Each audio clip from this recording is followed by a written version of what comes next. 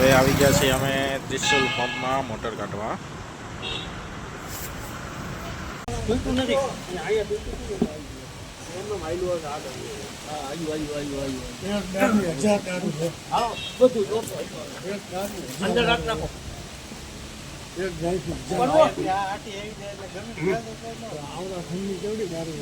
કેટલાય નીકળે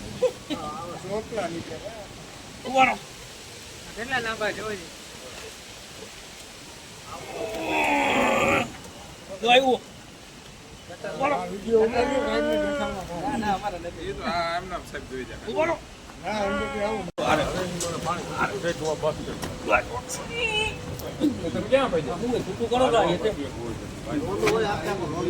નથી ઉપરમાં જતું.